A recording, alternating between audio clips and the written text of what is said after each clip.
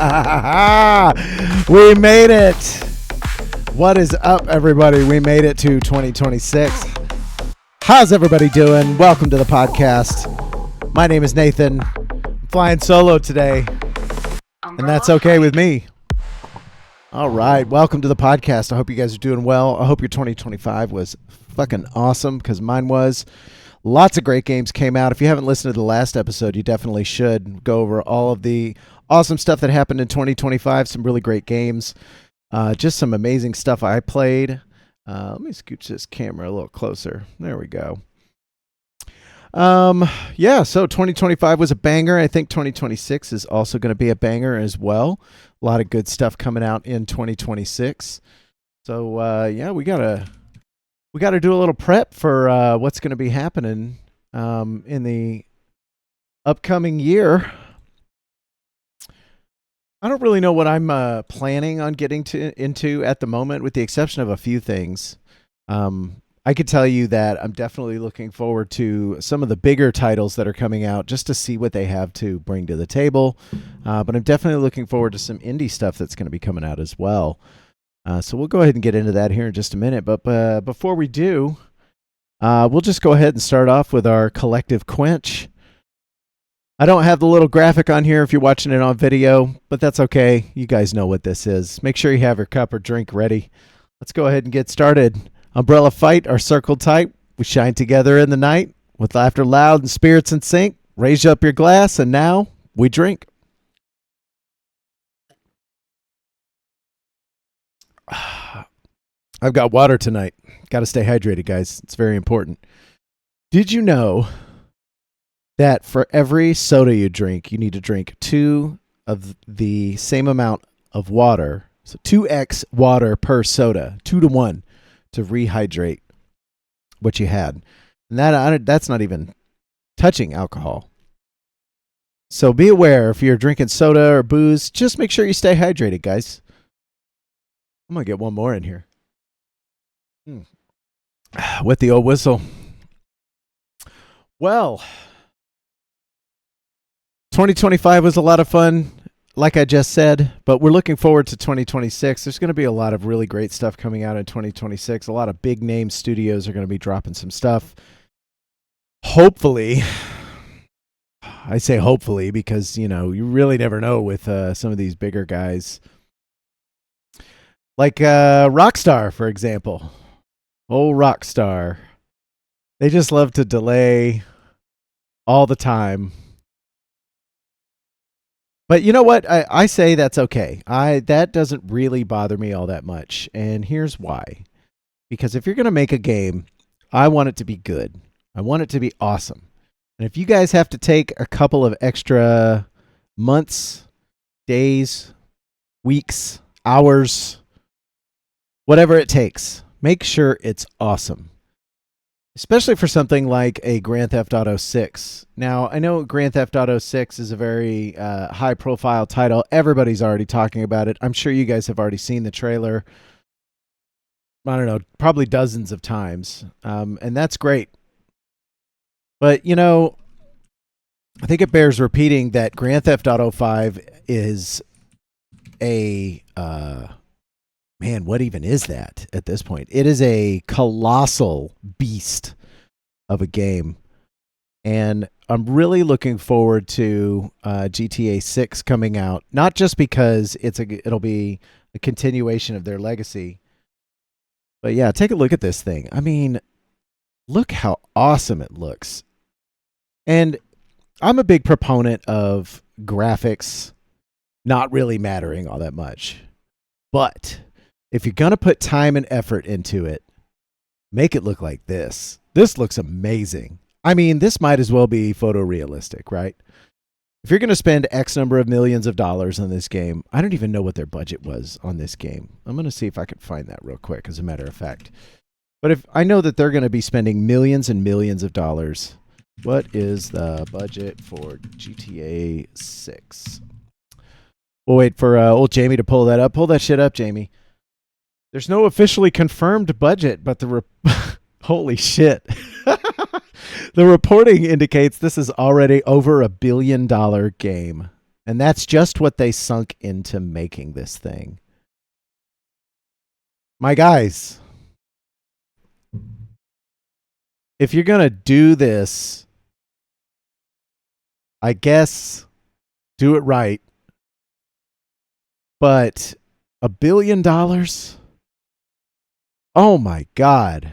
That's a gargantuan amount of money for an entertainment product. And what I'm really nervous about with the $1 billion budget that's going into this sucker is that we're going to see our very first $80, justifiably, even in depending on how you're looking at it, justifiably $80, $90, $100 game. And that makes me nervous, guys. With all the prices going up for everything, this is like not something I really want to happen. I really don't want to see a $100 game. However, if you're going to put $1 billion behind a video game, I mean, I get it. I guess I can't blame them. They've got a legacy of GTA 5 behind them, right? Let's take a look at how much GTA 5 has made over the years. And while those numbers are being pulled up, oh, look at that. Instantly. $10 billion.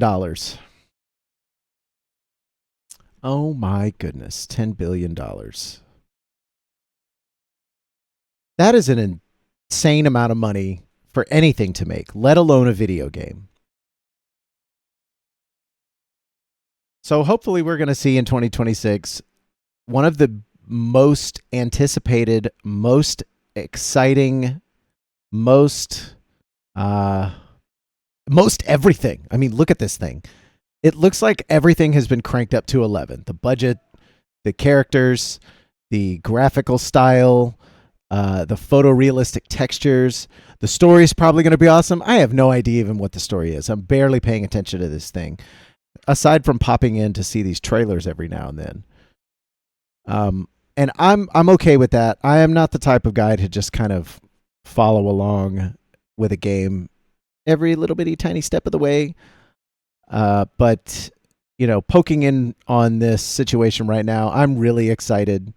Especially, I'm really excited for the Grand Theft Auto fans out there, because this looks like it's going to be great. So, if you're going to put $1 billion behind something, I hope it's damn good. And we know that Rockstar typically doesn't disappoint. Pretty much no matter what they do, right? I mean, they do it right, and they try to make sure they nail it on all fronts. So I expect when this drops, everybody is going to say great things about it because it will have probably earned it. It looks like it's probably going to be dropping. I think the current release date is November 19th, 2026. So we've got a ways to go still. They have a ways to go. They've already pushed it back, I think, at least twice, probably 3 times. I don't know. I wasn't paying attention that close. I just had overheard that they pushed it back. And you know what? Good on them. This is a big thing, and you need to get this right, Rockstar. You nailed it with Red Dead 2. As you guys heard John talk about Red Dead 2 so much on this podcast. I mean, it gripped him in a way that games don't normally grip people. And that is a testament to the quality of product that Rockstar likes to put out. So say what you will about big budget games, this is probably going to be a banger. Another banger that I'm actually really looking forward to myself is the Resident Evil 9. It always feels weird when you have a 9 at the end of something on a video game or any kind of series, really. It always feels strange to when you breach even 7. Sounds weird. 6. Like, how many parts do you need? But at this point, they're not really calling it 9. They're just calling it a subtitle, which I'm in favor of. I don't, if you're going to do a 2, make sure it's a follow-up and it makes sense as far as like story is concerned. Resident Evil 1 should connect to Resident Evil 2, should be related to Resident Evil 3, somewhere in the timeline. I think along the way, Capcom kind of lost their sense of direction, I would say. We did get to see in Resident Evil 4, we did get to see Leon from RE2. And then Jill Valentine was the protagonist of 3. So that's tangentially related to 1. So I felt like they had 2 kind of separate stories going on. Like 1 and 2 didn't really, they weren't exactly related, with the exception of Raccoon City, zombies, things like that. I could be wrong though. I mean, I'm sure some Resident Evil nut out there is going to email in and be like, hey, actually, which is fine. You probably should. I should know my stuff. But nevertheless, it feels like 1 and 3 are related, and then 2 and 4 were extra related. And then you've got 5 and 6. I don't even know what happened on 5 and 6. I couldn't tell you. I didn't play either of those. Although, actually, if I think about it hard, I think I might have played 5 a little bit. Nevertheless, the revamp was when Resident Evil 7 dropped, and I think that was a breath of fresh air for survival horror. Resident Evil 7, or Biohazard, as you would call it in old Japan. Resident Evil 7 picked up some slack that was really dangling from the fallout of 5 and 6. 5 and 6 weren't critically received well at the time.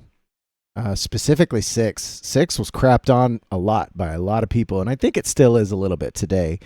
Hindsight's 2020 though, so I think a lot of the Resident Evil fans have gone back and played 6 enough to say, you know what? Fuck it. This game's fun. And I'm 100% certain that they're right. There is a level of seriousness that Resident Evil fans take to the controller when they pick it up. And that's okay. It's not a bad thing, I would say. Because Resident Evil 1, for all of its campiness, Resident Evil 2 even had some campy moments, but was a little more of a serious story. I feel like Resident Evil 4 was like a way more serious story. And that's because, at that time, when 2 came out, what was that, 1997, 98? The graphical fidelity of that game didn't exactly lend itself to the most cinematic or hard-hitting presentation, at least from like a normie perspective, I suppose. But when it comes to getting into the 4 era through 7, really, 7 is fantastic. They really started being able to really present something to you in a way that was like, oh wow, this is heavy stuff. And 7 brought it in spades. 7 is a straight up scary video game. I mean, holy moly, it's a scary video game. And then on top of that, they shifted yet again. The first 3 were first person, and then, or not first person, excuse me. They were tank controls with shifting perspectives, pre-rendered backgrounds. 4 shifted it again with an over-the-shoulder camera, which I believe 5 and 6 carried on with, and that was fine. But they brought it home with survival horror in 7 by bringing it into the first person. Now, if you guys have never played a horror game in first person with headphones on,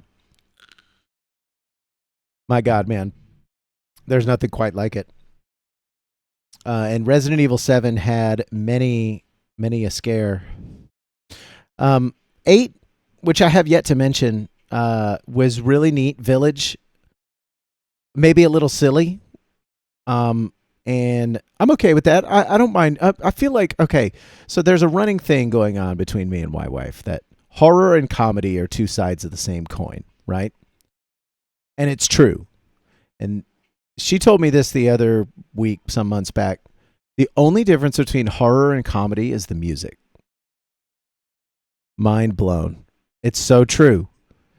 And I think if you sprinkle a little comedy into your horror, or a little horror into your comedy, I think it works well about 99 times out of 100. If you guys ever have ever watched Tucker and Dale versus Evil, it's a great comedy movie that has a horror backdrop, and it works perfectly. Same goes kind of with Cabin in the Woods. It doesn't take itself too seriously, and I appreciate that. But anyway, I digress. The big one we're all looking forward to in 2026, of course, is Requiem. So, I mean, I'm just going to put the trailer up here on the video. It looks just as good as freaking GTA 6. I mean, some of these textures, some of these lighting setups that they've got going on, some of these framed shots just look incredibly good. And if we're going to be doing another first-person horror foray for the Resident Evil series, I'm really looking forward to what this game has to offer. And some people are really calling out the hair physics, which, I mean, yeah, they're not wrong. It looks good. And I imagine they're going to bring some really great sound design to this thing, too. Like, look at this dude. What the hell is going on with him? He looks pretty creepy, huh? Requiem is going to be not just the 9th entry in the main series. There are, of course, a lot of offshoot Resident Evil games. You've got your Code Veronica. You've got your, what was that one? Survivor series. That one was interesting. Anyway, I'm really looking forward to seeing what they have to do in this because they've already done the setting of a backwoods house. They've done the setting of a sort of like, scary vampiric village. And then this one looks like we're going to be heading back into the city. And I'm really excited to see where they bring it in this entry. So, I mean, I don't really know what else to say about Resident Evil Requiem. All I can say is that it looks really good. It's going to be scary as hell, of course. And, yeah, Capcom typically doesn't mess around with this series. But they're also not afraid to do stuff with it. I mean, take a look at Resident Evil 5, Resident Evil 6. They were big departures from what was going on in the series at the time. And then take a look at 7. A massive shift in tone from 5, 6, all the way into the first-person backwoods horror, Texas Chainsaw Massacre vibes. And I'm really, really looking forward to seeing what this third entry in the first-person series looks like. Was that Leon? No. Well, if it is Leon, that's going to be really fun, too. I'll have to look up some more information on this. So basically, I'm trying to actually avoid as much information as possible when it comes to Resident Evil Requiem, because I will get to play this one, and I would like to go in as blind as possible. Even watching this trailer right now, I'm realizing maybe I don't need to watch the whole thing, but, there you have it.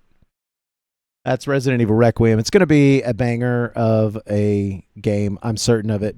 Capcom typically does a great job. Let's see, what else is on our list?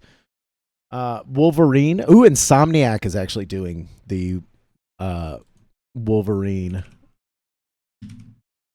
Let me see if I can pull that footage up. Do they have a trailer yet? Yeah, they certainly do. Look at this. Yeah, look at that. That's Logan being Logan as hell. Yeah, so I'm a huge... okay, pump the brakes. I'm not a huge Marvel fan. I don't hang on to every Marvel property. But Wolverine is cool as shit, right? I mean, look at him. He looks awesome. And with Insomniac behind the helm, I'm sure it's going to be great. They did Insomniac do Infamous? I'm pretty sure Insomniac did Infamous. Might be misremembering that. I'm going to look that up. Let's do a little. Jamie, pull that shit up. No, Sucker Punch. That's who it was. Oh, yeah. There we go. So Insomniac is actually a little bit more known for their Ratchet and Clank series. Yeah, that's right. I had them mixed up with Sucker Punch for some reason. Probably the IN in the name, which is a dumb thing to associate. But nevertheless, this looks awesome. It was done by the Spider-Man people. Everybody seemed to like Spider-Man. I didn't get to play those. Those were a little bit too big for my britches. they ask a lot of the player in terms of commitment. So I will probably play them one day. But based on this trailer, this looks like it's going to be pretty dope. Yeah, Wolverine. Yeah, Wolverine's going to be fun, I'm sure. So, what else? Let's see. What else is coming out? 007 First Light. Yeah, that's going to be pretty great. I wonder if they have a trailer. IO, I really like IO Interactive. They did a great job when they were doing the Hitman stuff. And if you guys haven't played Hitman, yo, what are you doing? Get your life in order. Pick up a copy of Hitman World of Assassination and please go play it. It's so fun. I'm of the opinion that Hitman is a comedy game because if you can dress up as a big giant flamingo outfit and take people out only to exit the scene. Here, I'm going to fast forward this. This is boring. They're talking. Yeah, show me something cool. Yeah, here we go. Yeah, laser watches. That's what Bond is all about. If we didn't have a laser watch in this game, I'd be so disappointed. Yeah, there's probably going to be cool driving stuff, stealth. I mean, it's IO Interactive. They did Hitman. That's kind of what James Bond is in a way. Not exactly a hitman, but definitely in that sort of vein. Take out this leader kind of thing of the country, infiltrate, get some information, sneak out, leave no witnesses, that type of thing. So the people to do this game are IO Interactive, 100%. They are so the studio to do this. So if we can get something cool out of First Light, which I'm certain that we will, IO Interactive typically doesn't disappoint. Fun fact about IO, Hitman, IO bought themselves out from underneath Sony, I believe, so that they could make the game that they wanted to make. Isn't that crazy? And I really like that. They had the balls to say, you know what, we have a vision for this. We want to own our own company. We don't want to mess around with whatever it is you guys want us to do. We want to make the thing that we want to make. And I respect the hell out of that. So yeah, if there's going to be a studio that should make this game, IO Interactive is definitely the one to do it. They've already got the chops on the Hitman series, and I totally imagine this is going to be probably in the same engine in even. So it's going to be pretty sick. It looks like there's also going to be a Fable game coming out. Now, I don't know if Fable is going to be, exactly what you're looking for in that series. The last trailer that I think we saw was a trailer from 2024. And it looks like it's going to be taken in from the standard Fable style that they used to have back in the day into a more modern sensibility RPG. Wow, look at that creature. That's a giant frog. This also looks really good. It seems like all the studios today have gotten down their ability to make stuff look photorealistic. So, yeah, I'm not 100% sure what this game's going to bring to the table. Fable brought so many things when it first hit the scene in the old Xbox days. But this should be good. This looks fantastic. And I hope they bring the weirdness that Fable brought. Because when Fable came out, there was a lot of, let's call them unique things going on with it. And it really scaled out in a way that I didn't expect back in the day. So hopefully this game won't just be another generic RPG Witcher clone, which based on this trailer, it kind of looks like that. I don't know. I'm 50-50 on this one, whether it's going to be good. There's a lot of a hoopla going on about this game, and I don't really know if it's positive or negative at the moment. I can't tell. I can't get the pulse on this one. But if you're going to use the name of something, you're going to have to bring to the table what the fans have already expected you to bring. You know, you can bring some new stuff, but you can't just drop a thing that is completely divergent from what the original vision was, right? I can say that from my perspective, at least, if I'm going to get a sequel to something, I need iteration, not just the same thing. But I also don't need a completely new product. Which is funny because I just got done talking about how they shook the box really hard. Actually, you know what? I take that back. It's not funny. It's exactly the same, exactly the right way to do it. Shifting from Resident Evil 6 to Resident Evil 7 is the exact right way to do a pivot on a game. Everybody knows what to expect. Raccoon City, zombies, horror. And then Capcom said, you know what? Let's just shake this box up really, really hard. And Resident Evil 7 is the thing that came out. That's the way to do it. That's the way to do a reboot. On the flip side, if you're going to remake something, now I know that Fable's going to be a reboot, which is not a remake, which is not a remaster. They're all words. I hate it. I hate it. But at least they denote something, right? Fable is a reboot, it seems like. They're taking what Fable was and throwing it out the window and trying something completely new with it. But again, if you put the name of the thing on there, it's got to have some semblance of the thing that you made previously. At the very least, something. So maybe we'll get some city management in this. Maybe. I think that would be a really cool way to go. To be able to go through this world and do RPG stuff, slice open dragons and whatever fantasy tropes you want to throw in there, that's great. But you also have to put in some of the soul and spirit of the original one, especially because you're putting that name on there. It's just how it goes.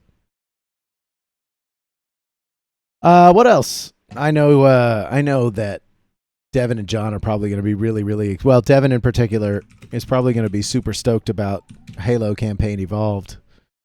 That one's going to be really interesting. And again, it's got the namesake on there.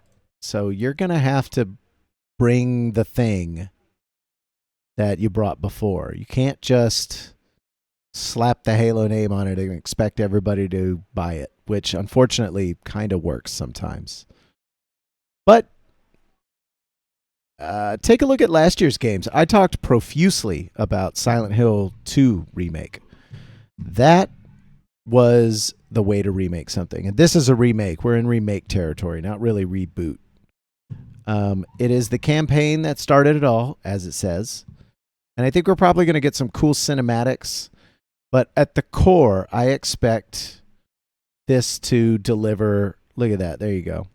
That's the exact thing you want to see. Those shields, those guns, that melee attack. There's the Needler. Hell yeah. Oh, and the good old Warthog. This is going to be awesome. I'm pretty sure. What was it necessary? Who can say? Who can say? But it sure looks awesome. And if we're running on modern hardware and a new generation of gamers get to play this thing, I'm here for it. I think that's something that gets overlooked actually in a remake, remaster, reboot scenario. Here, I'm just going to start this over. Take a look at it again. It's so cool looking. One thing that I think a lot of us olds forget is that there's a whole sector of gamers that don't even know what Halo is yet. They're about to be taught through the best way to be taught. What is a Halo? Who is John Halo? They're about to get schooled in a new format with modern graphics, with the sensibilities of today's game structure. They're about to be schooled on who John Halo actually is. The old Master Chief. And I think a lot of us olds tend to look at this through the lens of ourselves a bit too much. That isn't to say that you shouldn't have an opinion. You absolutely should have an opinion on this. This is one of the most important series of all time. No question. I mean, it brought multiplayer to consoles in a way that GoldenEye wishes it could have. which is not to undersell GoldenEye on the Nintendo 64 in any way. But if we're going to talk about landmark titles, this game, maybe not Campaign Evolved exactly, but this game really has to be in the conversation. Because, you know, people just wanted to play with each other. We used to go over to people's houses and play GoldenEye because split screen multiplayer was a thing. And then, well, then it expanded when Halo dropped and you could bring your whole ass Xbox to somebody's house and hook it up to the TV and plug it into the network and do 8, 12, 16 players. Oh, mama. Those were some fun nights, staying up late, drinking soda, eating junk food, playing Halo all night long. And it still had the split screen stuff too. For those of you guys who didn't have an extra Xbox laying around, you still got to play split screen. It was awesome. And there's a whole generation of people that, you know, they've grown up as on online play, so it really doesn't bring that same gravitas that it did when it first dropped. But multiplayer aside, this single player campaign is phenomenal. It's freaking good. You can't deny it. It's one of those undeniable series that just brings it from every perspective. And based on the way this sucker looks, I can't wait to check it out. This is going to be fun. I'm really not looking forward to the library. Shit's too hard. Well, I don't know. It was hard when I was younger. I might be better at it now, but we'll see. But yeah, that's Halo Campaign Evolved. Also, that transition right there, that outro logo still blows my mind a little bit as an old who grew up through the console wars. PlayStation, no Xbox, no Nintendo. Nah. The console wars were such a tedious thing to navigate. And I love that we can see Halo on PlayStation. That's super fun to me. There's a whole section of gamers who own a console that can't get another console that get to play this thing. That's super cool. Same thing goes with the youngs. They get to play this game in a new format, and this is really going to be a breath of fresh air for some people. It's going to probably school a bunch of people so they can kind of understand what this campaign brought to the table. And it's also going to probably give the fans some more to chew on, or a good way to relive it in a nostalgic sense. So hopefully they don't layer on the cheese too thick, and John Halo gets to have his day with this campaign one more time. I'm really excited about it. It's going to be dope. Forza Horizon 6 is coming out. Look, guys, I love that you guys love your cars. I love you racing gamers all out there. I think y'all are amazing people. But Forza Horizon, Forza in general, is a snooze fest for me. So I don't know that I have much to say on it. I'm sure the trailers look good. I'm sure the tires and the street water effects look really good and whatnot. But if it's not Burnout Paradise, I don't want it. I want to be able to smash these cars up, and Forza doesn't ever let you do that. Well, the car companies don't let them do that. So, whatever. So, if you'll forgive me, I'm just going to skip right past Forza Horizon 6. I know it's on my list of stuff to talk about, but I want to talk about something I am interested in, and that, my friends, is Control Resonant. I cannot say how much I love Control. I think Control, for all of its accolades and praises that it receives, is wildly underrated. It has such a great universe. It has such a cool feel to it. It has such a unique everything. It's like it's really hard for me to qualify what speaks to me about in this game. I've played through the original Control probably 3 or 4 times, and I'm so excited to get to see what this sucker brings to the table. Because it looks like something has gotten outside of the Federal Bureau of Control. And we get to play as Dylan Faden this time. I'm really freaking stoked about that. Although, based on this trailer, Jesse stabs Dylan for whatever reason. And I don't know what's going on, but I also can tell you that in the universe of Control, even if it looks like Jesse, I won't believe it until it's confirmed, because this game is all about alternate universes, weird side multiverse type things, alternate dimensions, strange beings and objects manifesting weird things about them. It's just like the most crazy type of stuff you can imagine. Control brings to the table. All of it. Man, and look at Dylan. He looks awesome. They gave him such a cool like haircut, and this looks like it's going to be a lot of melee focused combat, which, don't get me wrong, I love me some shooting. But if you're going to bring another game to the table in this universe, bringing some melee combat to the table seems like the way to go. This should be super fun. Oh yeah. And the imagery in this game really blows me away all the time. Couple that with the universe and all of the little notes that you can pick up and just check out. Hey, here's this object. It's a refrigerator. If you take your eye, if anybody takes their eyes off of it, you explode. Like what? Here's a carousel from a horse from a carousel, and you can bind this object to yourself so that you can move around real quick.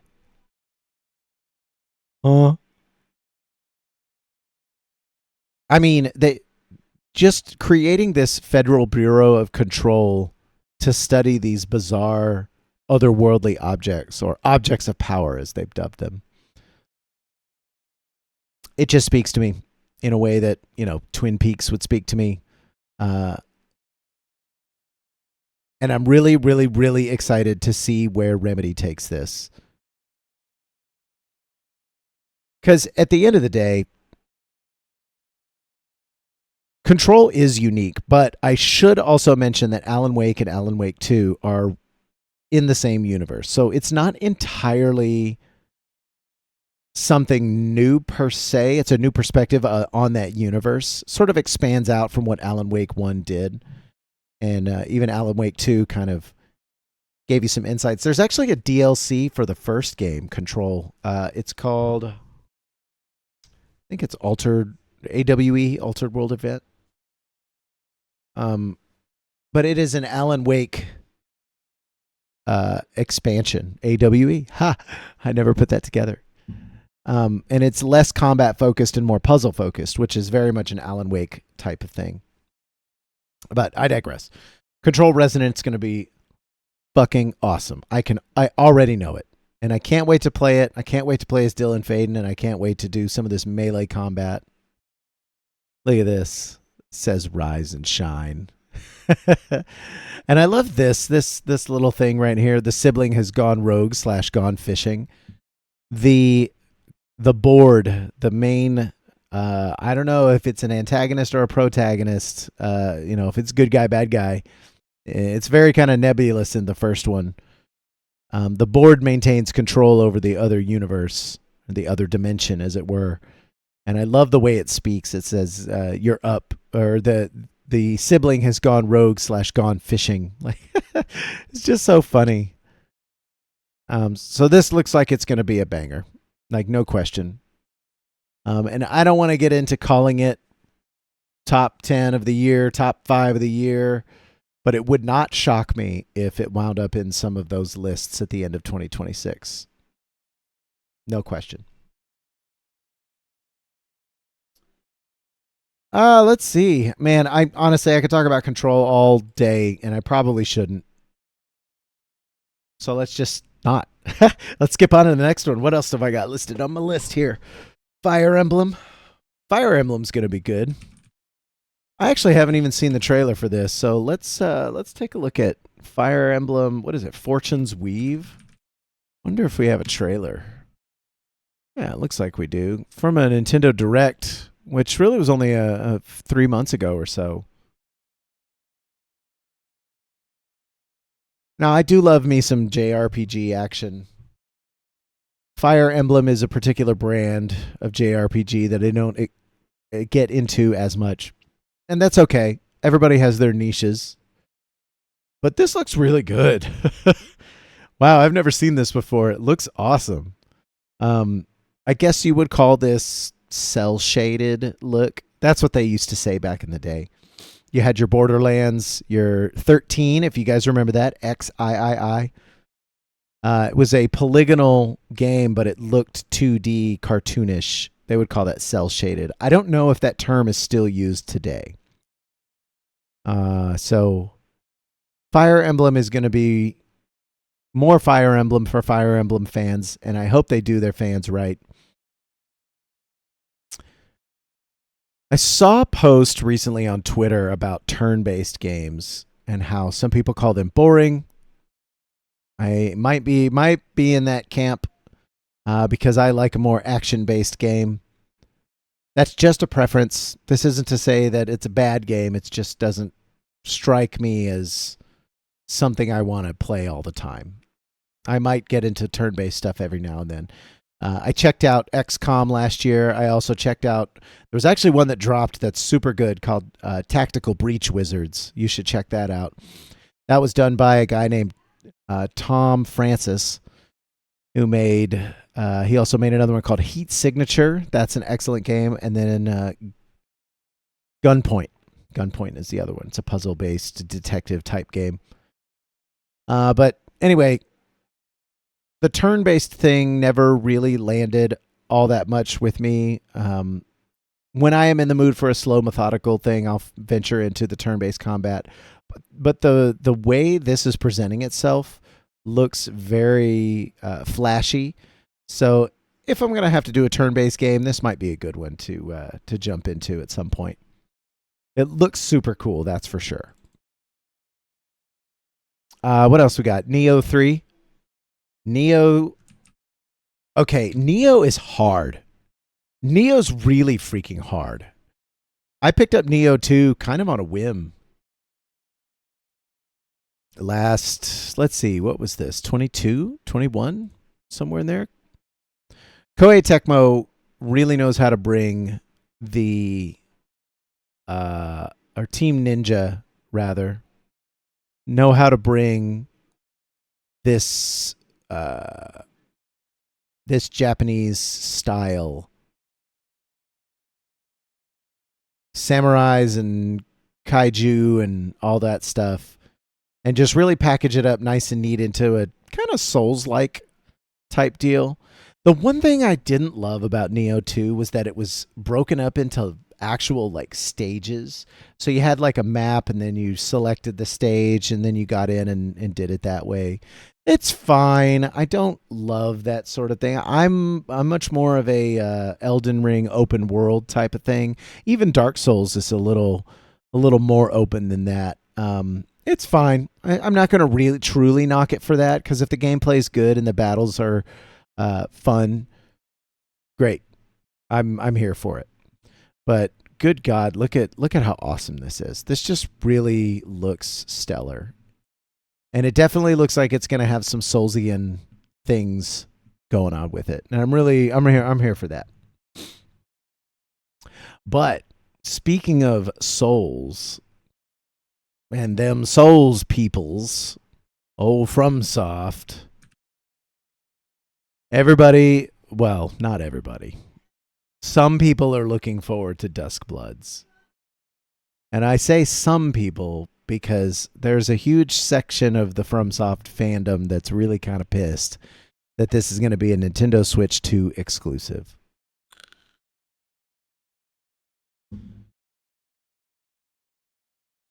I don't know how I feel about it, as a matter of fact. I'm probably not going to play this thing unless it comes to another console. Come on, show us some gameplay. Where are we at? Oh, look at that. That looks cool. Yeah, here we go. I don't know if we're going to get to see gameplay in this. Oh, yeah, here we go. It looks very Bloodborne meets Elden Ring to me. Oh, yeah, that's Bloodborne right there. That's really Bloodborne. But it's also Elden Ring, too. Elden Ring brings a lot of those weird-looking enemies. And if this is going to be is this supposed to be a PvPvE game? And it looks awesome. Don't get me wrong. But the exclusivity pisses me off. I get it. It's a smart business move. Nintendo saying, "Hey, FromSoft, get over here. We want a thing." It's smart. I can't lie. But unfortunately, it's a bummer, is what it is. So we're just going to have to deal with it, I guess. This is either going to force me to get a Switch 2, which I really don't want. I really don't want to get a Switch 2. It doesn't seem like a good proposition, good value proposition for me. Or I'm just going to have to wait until it comes out on PC or otherwise. Based on the way this game looks, I mean, look at that. Do you think the Switch 2 is going to push this? I don't know. And this looks as good as Elden Ring does. And I could tell you that the Elden Ring on Switch 2 is problematic. Let's put it that way. Is that a gun on his back? That looks awesome. Okay, way more Bloodborne than I had given it credit for even. Yeah, so this one's going to be awesome. It's going to look good, probably good enough. It's probably going to play good on the Switch 2. I just don't think it's going to force me to buy a Switch 2. That's a thing that I think a lot of or maybe the companies are right, maybe the numbers bear it out and I'm just stupid. But I just don't ever think I would buy a console based on a single exclusive game. And with so many games being cross-platform, cross-play, cross this, cross that, multi-platform releases, who buys a console based on a single game anymore? Not me. I barely buy a new console. I mean, I'm a PC gamer, though, so what are you going to do? You have a tough time selling me a PlayStation 5 to begin with. Well, anyway, I'm not really crapping on Duskbloods or their business practices. I get it. Like I said, it is what it is. But it's going to be good no matter what. From Software is this in the same boat as Rockstar. They know their shit and they bring it every time. So, for better or worse, when Duskblood comes out on the Switch 2, hopefully we'll be able to see it on another console at some point. Hopefully we'll get a PC release. That's what I really want. I want to see this thing on PC, and I also really want to see what the modding community would do with it. That's going to be fun, for sure. There's going to be some other stuff coming out. We're already kind of getting a little long in the tooth for a solo podcast talking about some upcoming stuff. So I'm just going to go through a couple of these. Looks like we're going to get something called Marvel 1943 Rise of Hydra. This one's going to be set in World War II. It's only flagged for 2026, but we'll see if that gets pushed back. Star Wars Galactic Racer, that looks fun. Star Wars needs a racing game, I guess, if you want. We'll get a new Ace Combat, Warhammer 40K, Dragon Quest 7 Reimagined. Okay, sure. I could see that. There is a couple of indie games that I'm looking forward to. One in particular, I don't know if it even came out. It was supposed to come out in 2025, and that was Cop Bastard. I don't think Cop Bastard ever made it out. Maybe we'll get a 2026 release for Cop Bastard.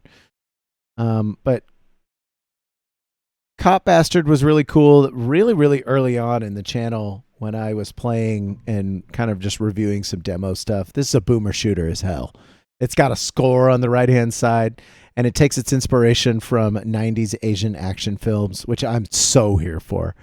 You even have the main character says some really cheesy punchlines.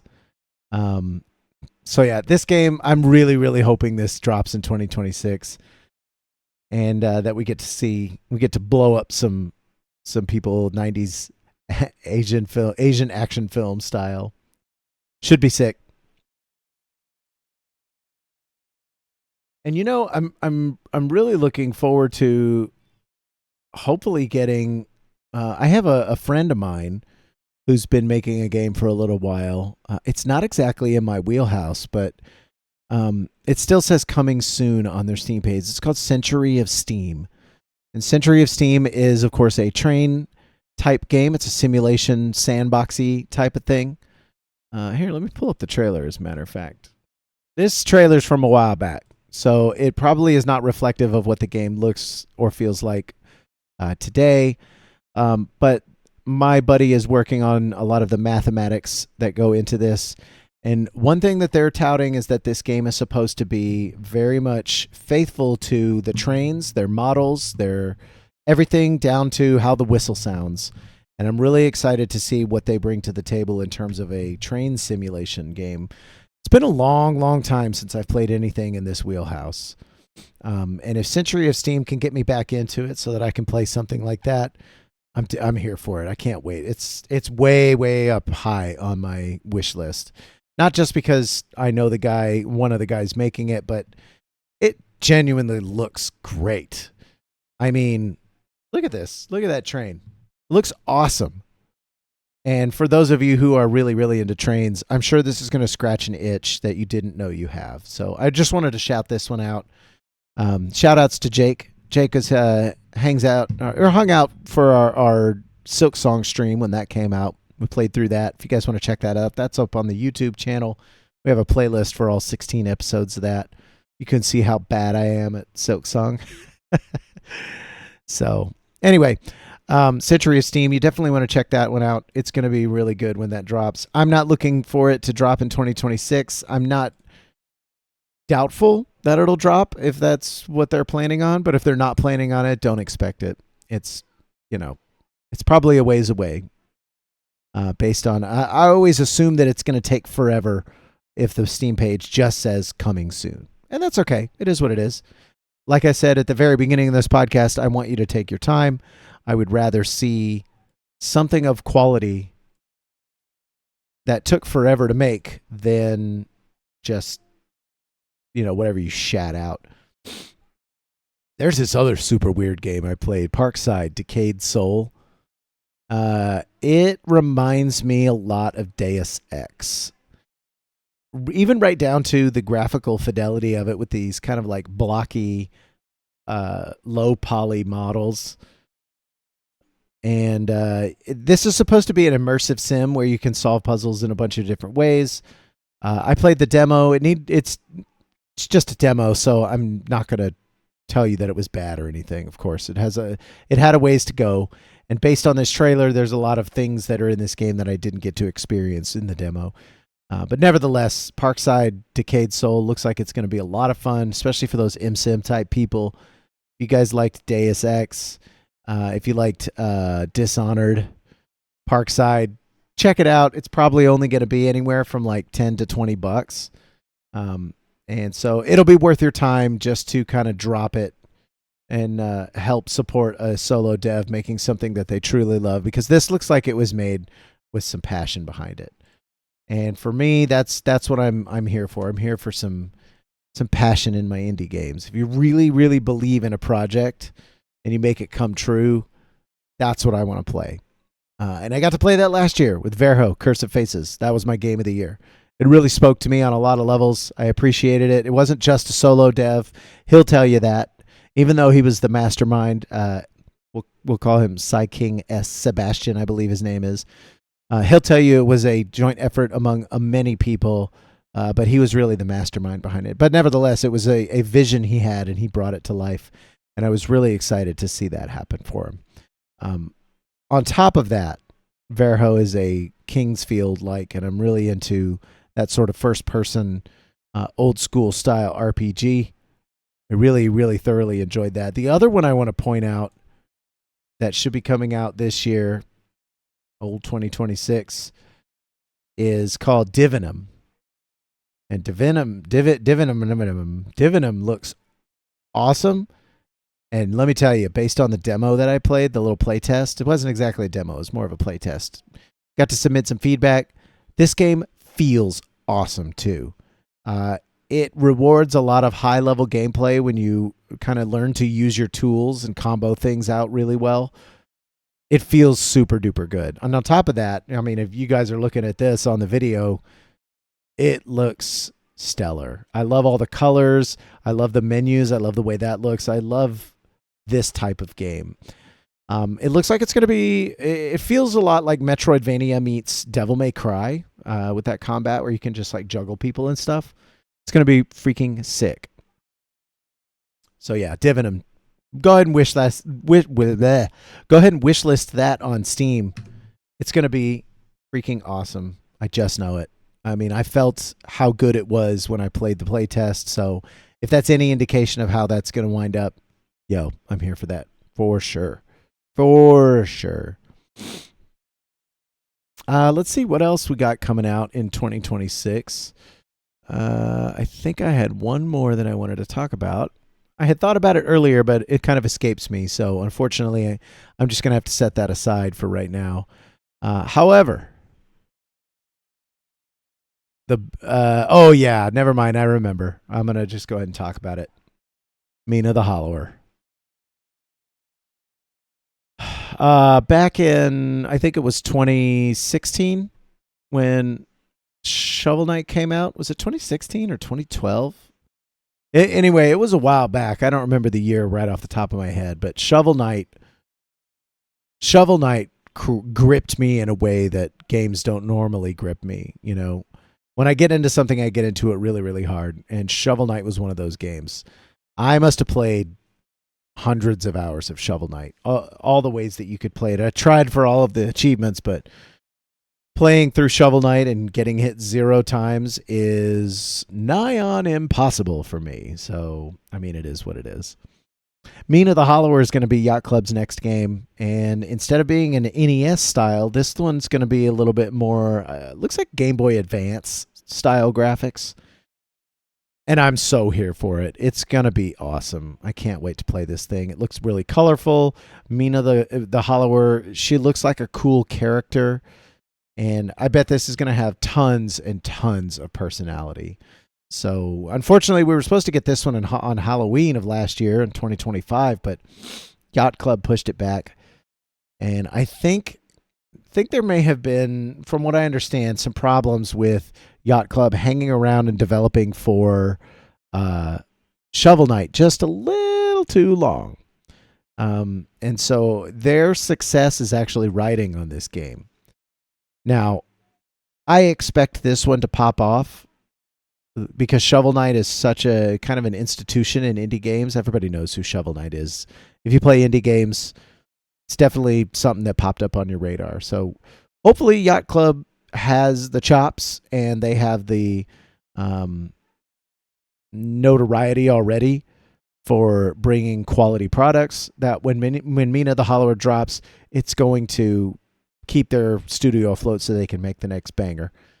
So anyway, I just wanted to shout out Mina the Hollower. If you guys haven't seen that one, it's going to be excellent as well. I mean, there's so many video games that are going to be coming out in 2026 that it's really hard to quantify all of the great things. It's really hard to talk about just those ones that I talked about because I'm sure I missed 1,000 different things that are going to come out. You know, there's going to be so many awesome items, games, weird tech demos we get to see. I mean, it's just going to be such a banger year already based on the things that I talk about and even the stuff that didn't get talked about. It's going to be really, really good. So I just wanted to let you guys know about all those things that are coming out in 2026. 2026 is going to be such an awesome year, and I'm really glad that you guys are here. I want to shout out to you guys real quick.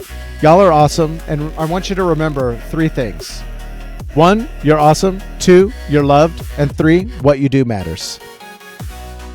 2026 is already shaping up to be amazing, and I'm really excited to see how all of this turns out. And I'm going to be here with you guys along the way. So thank you so much for joining us. And we, of course, are going to see you next time on the Umbrella Fight podcast. So with all that said, let's go ahead and cue the music and get the heck out of here. I'll see you guys later.